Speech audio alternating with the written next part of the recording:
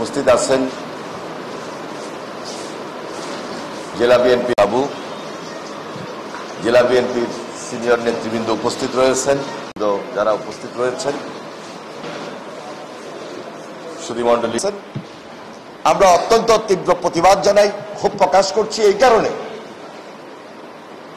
স্বাভাবিক মৃত্যুকে একটা অস্বাভাবিক পর্যায়ে নিয়ে রাজনৈতিক পক্ষ বিপক্ষের মধ্যে আমাদের এই শান্তিপূর্ণ এলাকাকে নষ্ট করার কোনো সুযোগ আমরা হতে দিতে চাই না এবং এটার দায় দায়িত্ব ওনাদেরকে বহন করতে হবে। যেহেতু ওনারা কথা দিয়ে কথা রাখেন নাই, ওনারা যেহেতু প্রকৃত ঘটনার থেকে সরে এসে একটা অস্বাভাবিক পরিস্থিতি তৈরি করার জন্য ইতিমধ্যে মামলা মোকদ্দমা করে যারা আমাদের বিএনপির বিভিন্ন সংগঠনের অঙ্গ সংগঠনের সঙ্গে জড়িত এলোপাতাড়ি মামলা দিয়ে এলাকায় এমন একটা পরিস্থিতি সৃষ্টি করেছেন, যে পরিস্থিতি আমি মনে করি যে কোনো সময় একটা খারাপ পরিস্থিতির দিকে ধাবিত হতে পারে।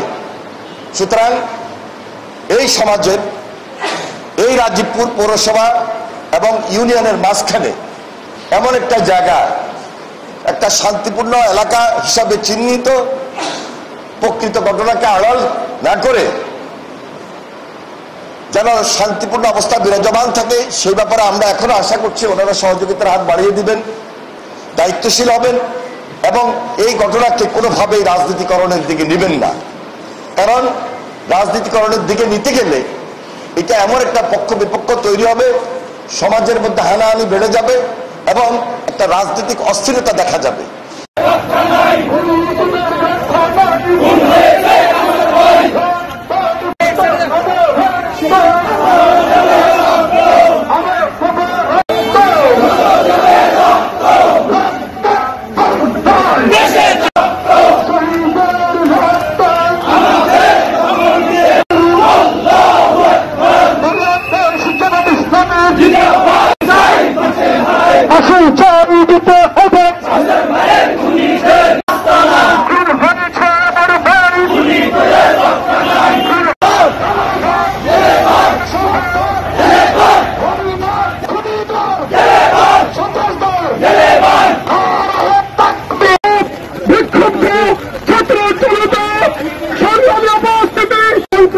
গ্রেপ্তার করে দৃষ্টান্তমূলক শাস্তির ব্যবস্থা করে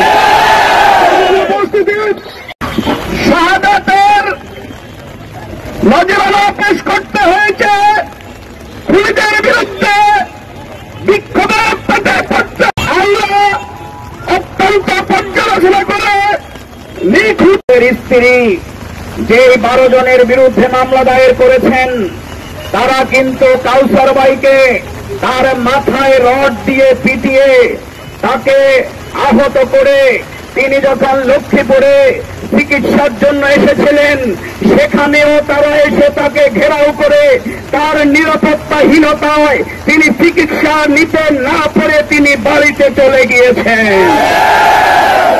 ফ্যাসিবাদ আমাদের প্রিয় ভাই কাউসারকে চিকিৎসা নিতে দেয় নাই। আমরা বলবো বিগত ফ্যাসিবাদ যেভাবে পালিয়েছে, সেই ফ্যাসিবাদী সন্ত্রাসী কর্মকাণ্ড যারা করবে তাদের পরিণতি একই হবে। সন্ত্রাসীদেরকে কাঠের চশমা চোখে লাগিয়ে যদি খোঁজেন, তাহলে কিন্তু অন্তর্বর্তীকালীন এই নিরপেক্ষ সরকারের উপরে আরেকটি কালিমা যুক্ত হবে। এই জন্য অবিলম্বে তাদেরকে গ্রেফতার করতে হবে।